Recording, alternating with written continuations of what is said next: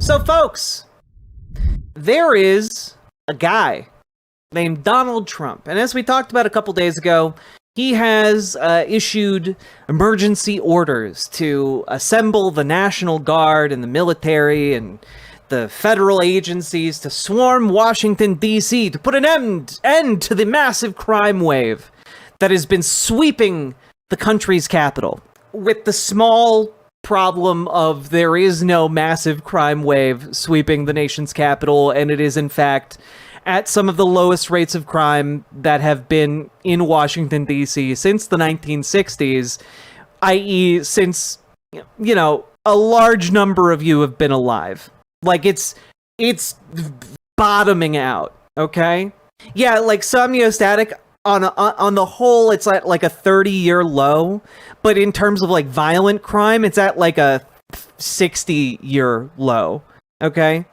And this is a big problem for the Trump administration, so predictably, they have basically been putting out there, the entire Trump PR apparatus have been putting out there that, oh, all of the official numbers you're seeing, they're all lies, including from the FBI from just this year when Donald Trump was in charge of the FBI. It's all just lies. Don't pay attention to it, okay? Don't pay attention to the numbers that the Trump administration are putting out because they're all lies. And all of the numbers prior to that are lies because Donald Trump said so. And to me, there is really nothing that epitomizes our fascist moment quite so much as that, right? It is, don't believe any of the empirical information that we have collected and put out there year after year after year about crime stats. Don't believe any of that. Don't believe the crime stats from Donald Trump's first time in office. Don't believe the crime stats now. Just believe the word of the dictator. You know, this is fascism.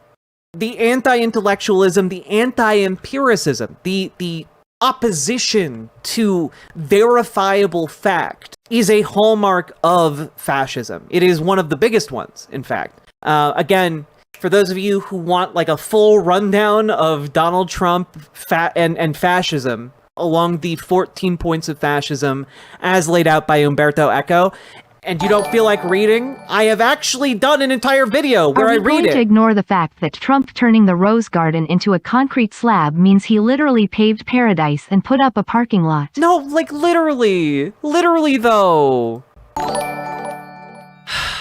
He did. Crime stats bottoming out so hard that even I am looking at them like, hey, maybe slow down a bit, because I am a bottom. That is the joke. BWA. Yeah, also, Saki Nanuki, thank you for the 2 tier 1 subs. Knifey is stuck, thank you for the $5 dono. But I read through the entire essay that Umberto Eco wrote titled Fascism, which is his attempt to nail down a coherent definition of fascism, because it's by its nature, a very slippery ideology. And a number of these core tenets, in fact, every single one, Donald Trump checks off, okay? And unfortunately, a lot of people aren't going to go and read that essay because y'all just aren't going to do that. So I read it to you guys. You can go watch that video, and I read it to you verbatim and provide additional commentary, okay? So go check out that video. I swear it's good, okay? And that being said, I know a lot of people are like, oh man, I never thought fascism would be this stupid, except that that's exactly what fascism is. Like the illusion of power and organization and it's all just projection. It's not real. You know, the Nazis were incompetent, like, bullshit artists. They were all morons. You know, they were being run by guys who thought they were the reincarnated spirits from like the Middle Ages. They were run by people who like thought that they could just like transmute themselves into like a superior race via like the magic of eugenics and spiritualism. Okay, like these guys were not hinged to reality. They were quite literally the opposite of that.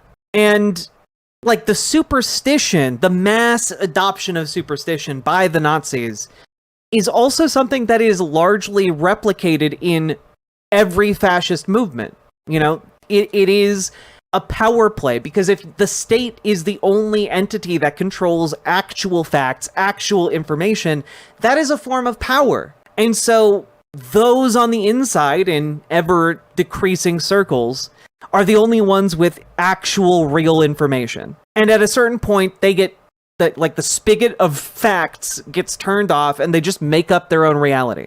Okay?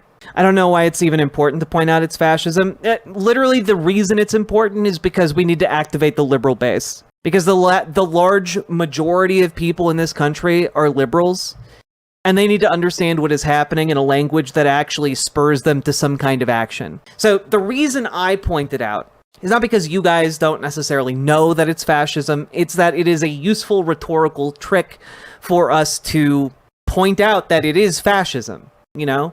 And my goal here is to galvanize enough people, or at the very least more people, into taking action, into joining their DSA, into showing up at any kind of local organizing event that exists, whether it's Indivisible, No Kings, their local Democrats, their DSA, their Working Families Party, as long as it is doing something and organizing people together, like, we need to activate this corner of the base. And pointing it out, I think, is really, really useful.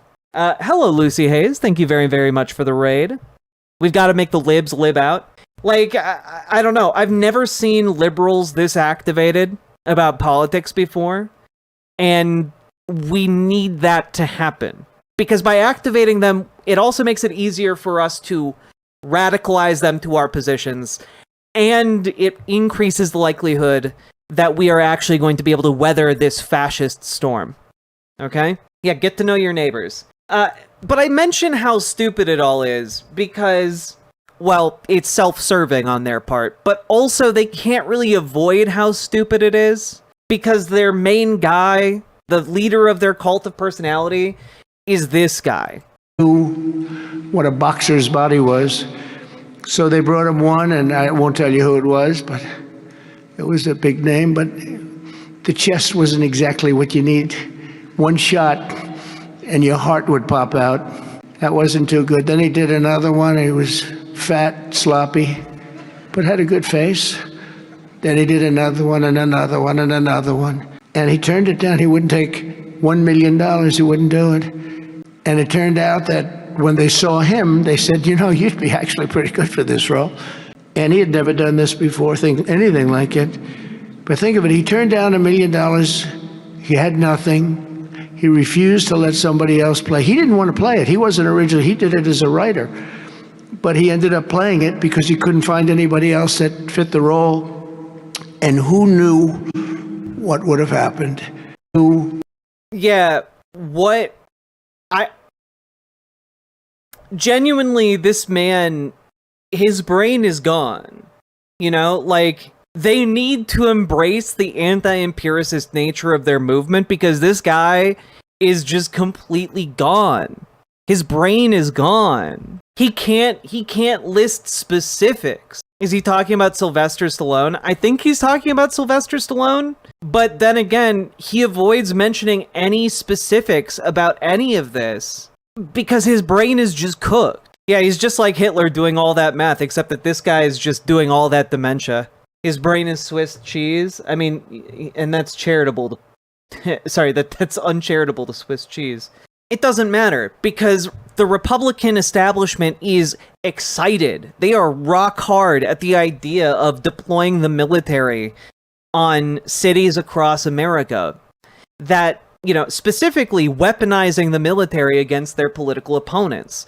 This is, again, fascism. What we're seeing here is deeply fucked up. What we're seeing here is a deliberate attack. And what we need right now are politicians and leaders that are actually going to stand up to this. That are going to say no. That are going to say, all right, you gerrymander, we gerrymander a billion times harder. You going to try and deploy troops? No, we're going to block that. We need people who are willing to stand up and not just like meekly survive until 2028, but actually fight and thrive and carve out peace in this falling empire. And the people who are naysaying this is really the liberal administration in these cities. If you look at the people who matter, the law enforcement, the police union, the people who matter, the police, not citizens, but the police in D.C. is supporting what the president is doing, which tells you that they acknowledge there's a problem. They are welcoming this support. And I think we need to take our streets back, especially in our nation's capital. So I applaud the president for taking bold action. Hopefully. I mean, I just don't understand. I don't even looking at these numbers put together by Fox, right? Homicides in Washington, D.C. by year. In 2024, 187. So because there were 187 murders in Washington, D.C. last year, we need to mobilize the National Guard and flood the entire city with the military. That doesn't make any sense. Can we just, take a look here?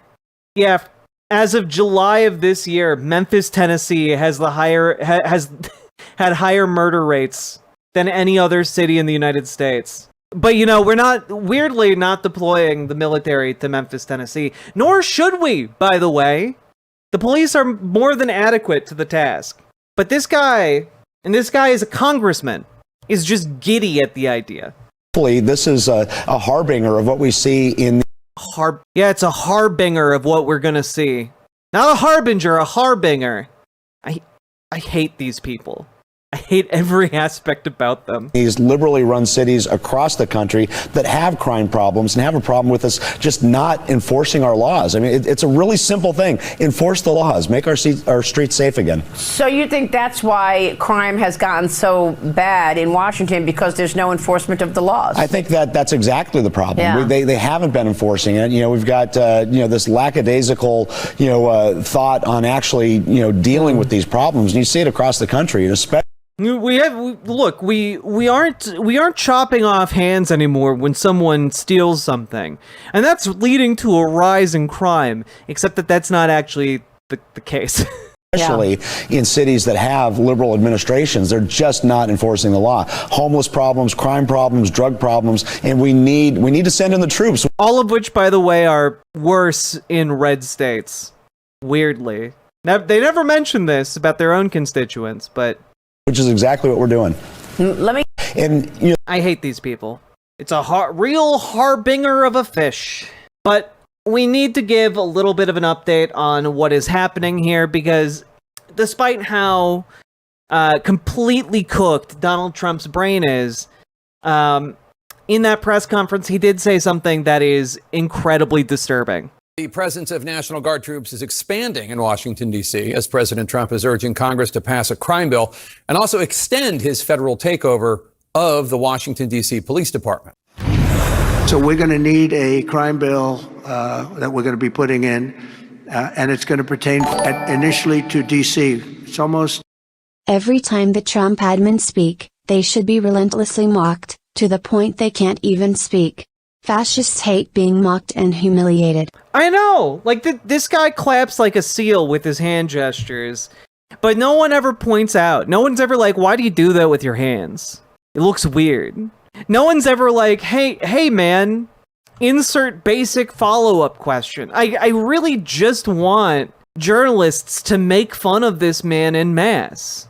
I want mockery, I want humiliation, and I want this man to be asked actual follow-up questions. We're going to use it as a very positive example, and we're going to be asking for extensions on that. Ask him if he's had any sex with children.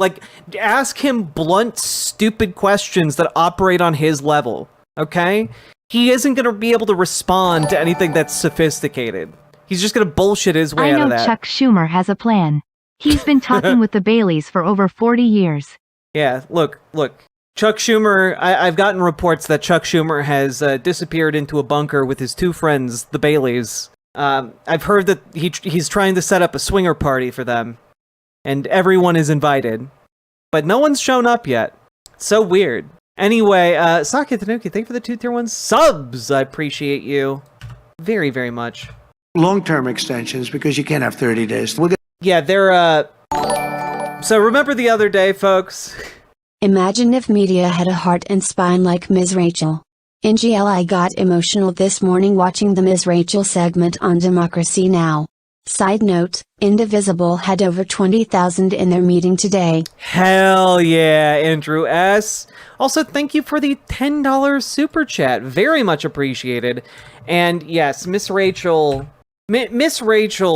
has more integrity in, like, her pinky toe than the entirety of the Trump administration combined. Like, she is... I was very unfamiliar with her game prior to all of what has transpired, but she is our generation's Mr. Rogers. Like, what a good egg, you know? Miss Rachel did just comment on Instagram. She thinks billionaires are immoral. Good for her. We're going to do this very quickly, but we're going to want extensions. I don't want to call national emergency. If I have to, I will. Yeah, so that's, remember how the other day I was like, well, we'll see how this plays out a little bit because, you know, here is legally what he can do. And I'm just going to lay that out again, right? Real quick.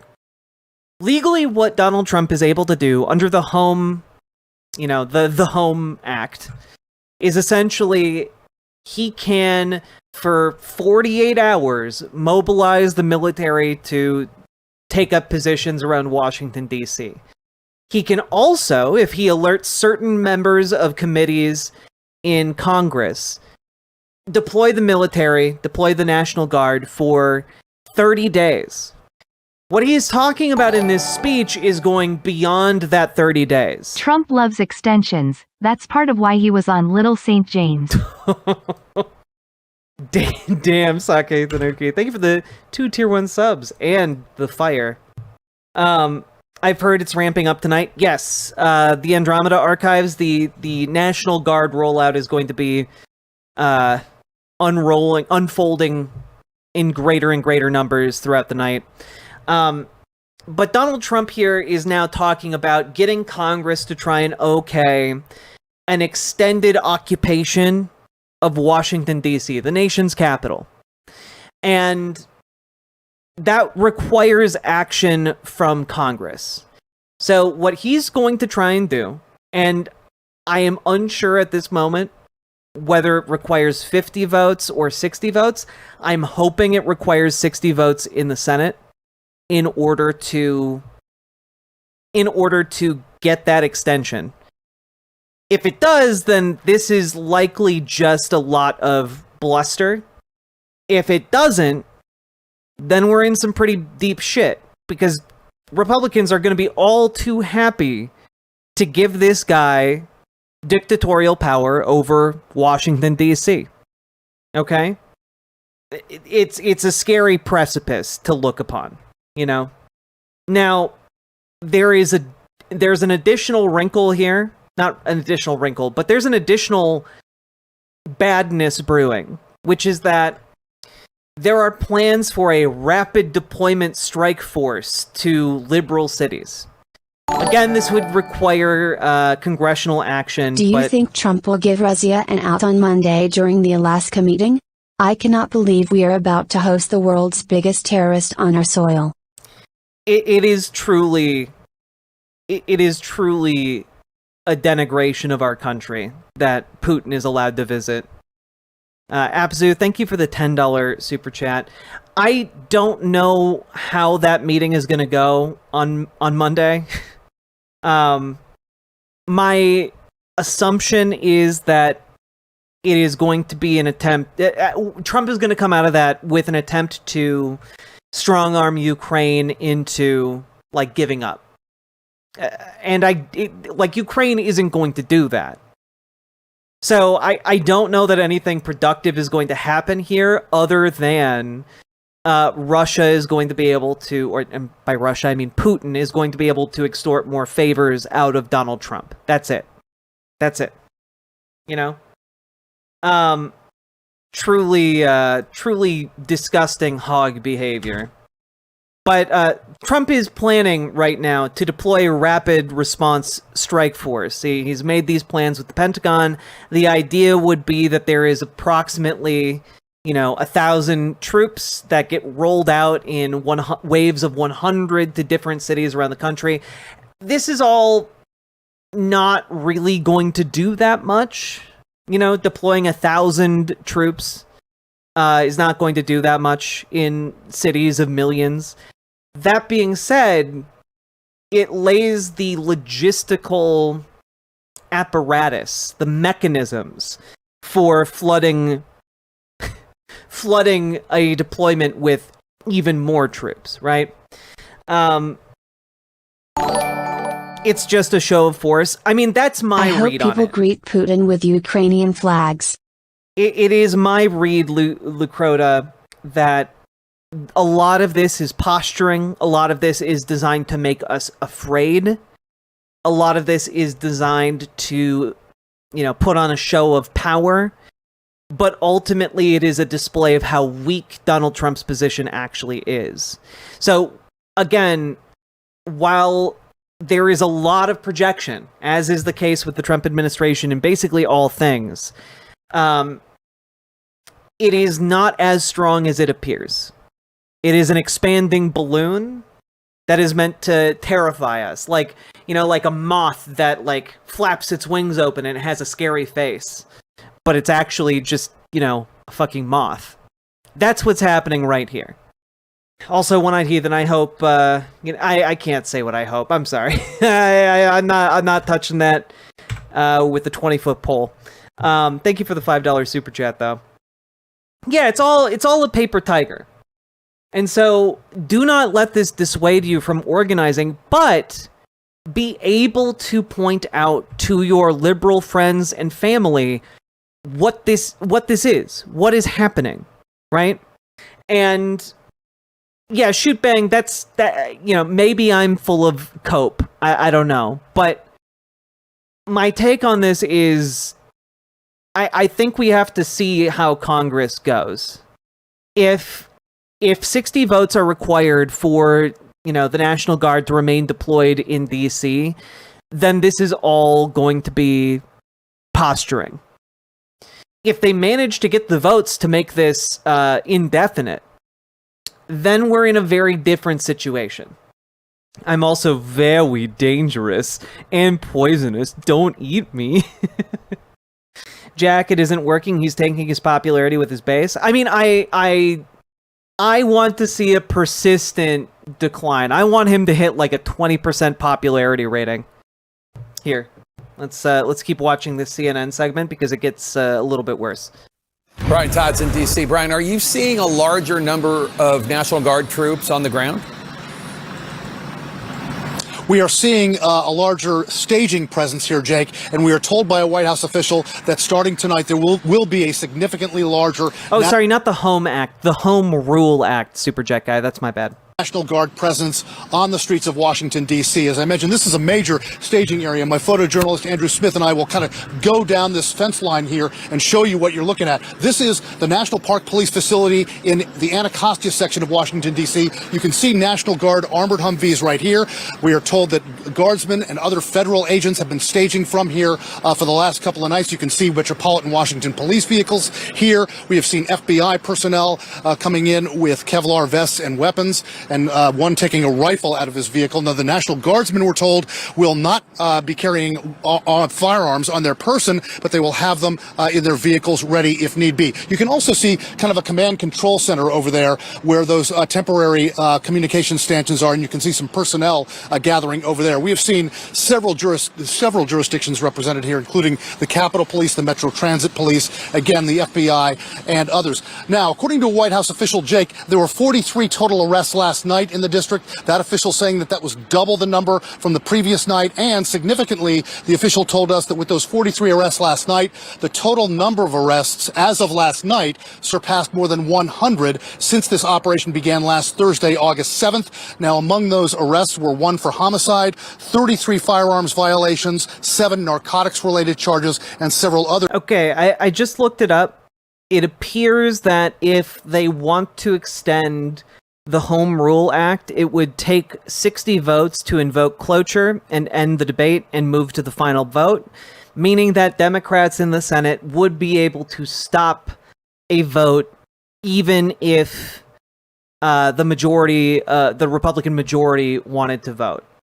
So my take on this is that this is a non-starter. I think that in 30 days, this goes away unless we see some absolutely extraordinary and unprecedented action against members of Congress. I mean, I have very, very, very low opinions of Hakeem Jeffries and Chuck Schumer, but I don't think even they would just hand over control of Washington, D.C. indefinitely to Donald Trump. If we get out of this, D.C. needs to get 2 seats. Oh, onions, 1,000%. If we get out of this, we need Medicare for all. We need housing first at the federal level. We need student loan forgiveness. We need free college education. We need all of that. Plus we need Nuremberg trials for these disgusting fascist motherfuckers. And we also need statehood for DC, at the very least. You know, did you get your name from sailing? At the risk of sounding parasocial, just wondering, from one trained sailor to another. No, I actually got my name from when I worked at a summer camp. I worked at a summer camp for 2 years, and I introduced myself to the leadership of the camp, and one of them was like, "Oh, Jack. We were going to name our son Jack, but then my old aunt, she told me, oh, don't you name him Jack. Everyone will think of Riverboat Jack, the gambler." And all of the fellow counselors and I looked at each other and were like, who the fuck is Riverboat Jack? And we tried to figure that out later, but there's literally no reference to a Riverboat Jack, the gambler anywhere on the internet. So, then all of my coworkers called me Riverboat Jack. So, that is the origin of my name, and I like it, and that's what it is. Hopefully that answers your question, Cool Trainer. And statehood for Puerto Rico. I'm absolutely down for statehood for Puerto Rico, but I think it should be contingent on a popular vote on the issue in Puerto Rico. There should be another referendum for Puerto Rico. Honestly, I think there should be a periodic referendum for Puerto Rico. I think that there should be every 10 years they get to vote on that. Puerto Rico keeps voting down statehood, massive Republican funding against it keeps happening. Yeah, I mean, I would love if Puerto Rico got statehood. They'd be able to declare bankruptcy and would stop being owned by corporate ghouls that keep going down there and buying out the people who live there. But I also am very aware that there is a colonial relationship between Puerto Rico and the United States, and I would really like the people of Puerto Rico to have that self-determination. Do you think Chuck Schumer is that stupid? No. At least I hope not.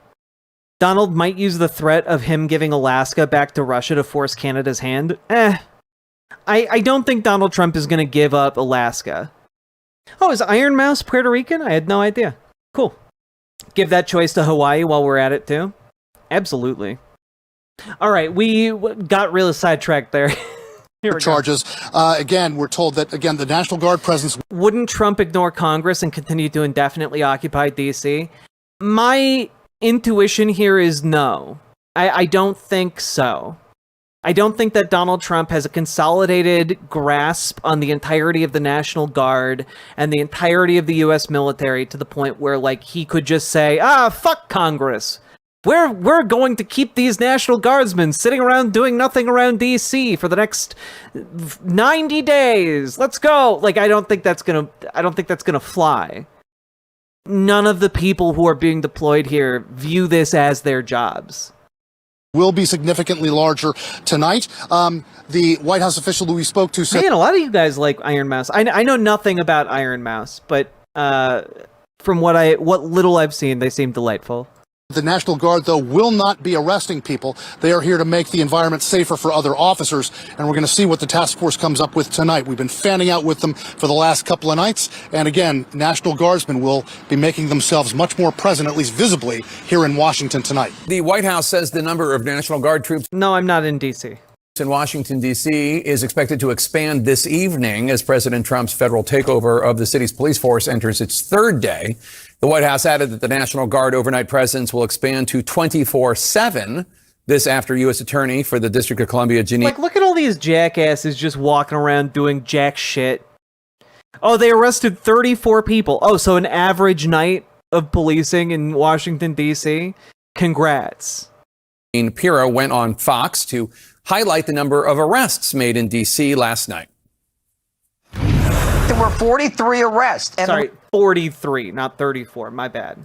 we seized 7 handguns. And every night it's something else. But this is a message that we're not... U.S. Attorney for Washington, D.C., Janine Pirro, is insane to me.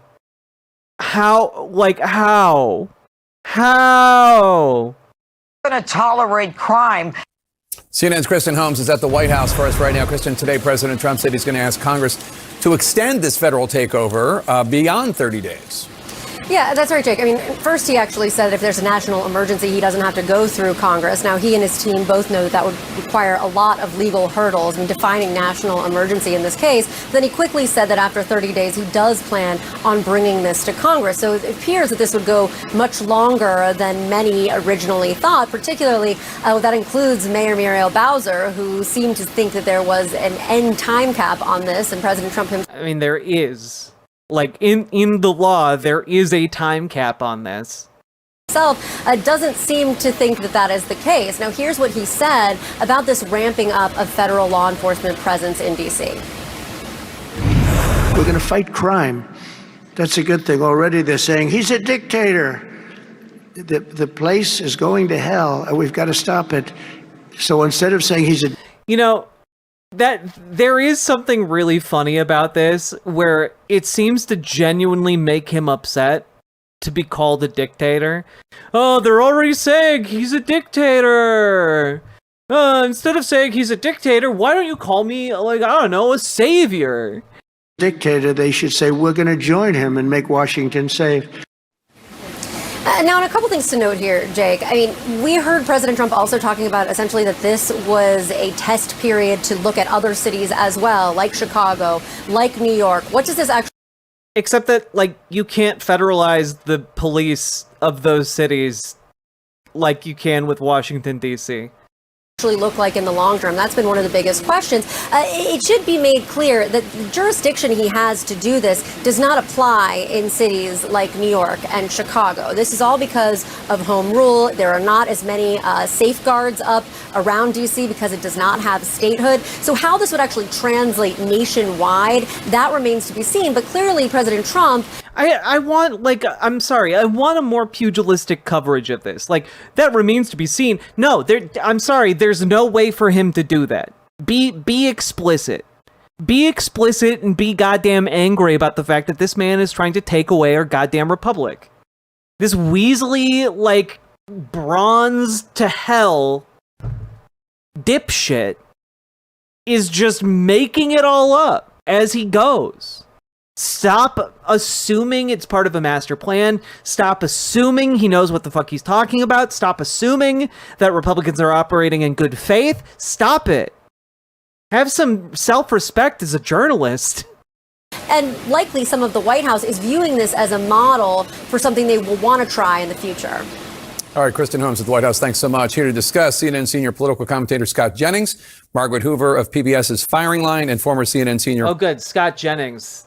Fucking agent of the devil himself. Political analyst John Avlon. Margaret, let me start with you. So the mayor of D.C., Muriel Bowser, she came off rather subdued on Monday when this announcement was made by President Trump. But there was a tonal shift that many observed last night when she held a community town hall. Take a listen. We all need to to do what we can in our space, in our lane, to protect our city. How can they smile as if this is standard? Yeah, the normalization of a fascist maneuver is really bizarre to me. You know, like this is just yes, we're all normal. Let's analyze. Let's do an in-depth analysis together about this maneuver. We're going to invite, of course, one Republican on, and we're going to have two milquetoast liberals, and the Republican is going to talk about how all of this is good and normal and natural, and in fact, the most normal thing to have ever happened, and the most rational thing to have happened since Abraham Lincoln. And the liberals are just going to be like, oh, well, gee, I don't know. I guess we'll have to wait and see. It's so frustrating. And to protect our autonomy, to protect our home rule, and get to the other side of this guy and make sure we elect a Democratic House so that we have a backstop to this authoritarian push. Authoritarian push. What do you make of that? Well, of course she feels that way as the mayor of her city. She believes she has jurisdiction over her city, except for that she sort of doesn't, right? This is why the president has authority to send in the National Guard to her city. Look, she has... Yeah, almost like we should have DC statehood. Almost like we should have DC statehood so that, you know, the president can't do this. Two audiences. She has the audience of her local leadership in Washington, D.C., but she is also... You know, there's a total shift between that and also between her saying, actually, we'll take all the help we can get because we do want security in the city. And if we have extra resources, how can we deploy these resources? God, this is the audio quality of CNN these days. How big were the budget cuts over there, man? In a way that best streamlines, in a way that will provide more security for the people of our city. The real question, I think, if you step back, is this concern about the normalization of sending federal troops into U.S. cities. And yeah, I am really concerned about that. Thank you for mentioning that. I wonder if that should have any bearing on how you're presenting yourself and that position here on this show, on this particular network. And most Americans, when they see these images, can become desensitized to these images of a president sending troops into American cities. He has authority to do this here. He doesn't have authority to do it in Chicago or in New York. And people, I think, all of us should be concerned about checks and balances and a president who is... Genuinely, Vodka Vision, I'm right there with you. If you feel like you are responsible enough to own a gun, like, I don't blame you for choosing now to go and make that purchase and join orgs and organize with folks in your local community. Very eager to send federal troops into American cities. So, John, one of the things that I hear from Democrats is, you know, crime in D.C. is on the downswing. It's the city's doing better. Here's what President Trump had to say about that. Take a listen. The numbers are worse than they ever are. Don't let anyone tell you they're not. And the whole statistical charts that they made, the whole thing is a rigged deal.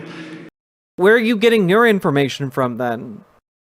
If all of the information you're putting out there and your administration is putting out there, where are you getting your information from?